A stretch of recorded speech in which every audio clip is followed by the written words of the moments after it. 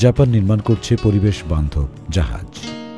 বড় জাহাজ মানেই বিপুল পরিমাণ জ্বালানির ব্যবহার, যা কিনা আমাদের পরিবেশে বৃদ্ধি করছে কার্বন ডাইঅক্সাইডের পরিমাণ, এবং এর মাধ্যমে আমরা আমাদের আবাস ভূমিকে প্রতিনিয়ত করছি ঝুঁকিপূর্ণ। সোলার এনার্জি থেকে বিদ্যুৎ উৎপাদন এবং বাতাসকে তেলের পরিবর্তে ব্যবহার করে বিশ্বের প্রথম পরিবেশ বান্ধব জাহাজ নির্মাণ করে পরীক্ষামূলকভাবে তা সমুদ্রে নামিয়েছে জাপান 2012 সালে।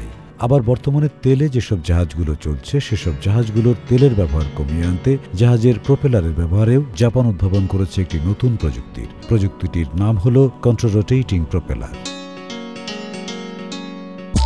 ইসলামী ব্যাংক, সুখবর প্রতিদিন।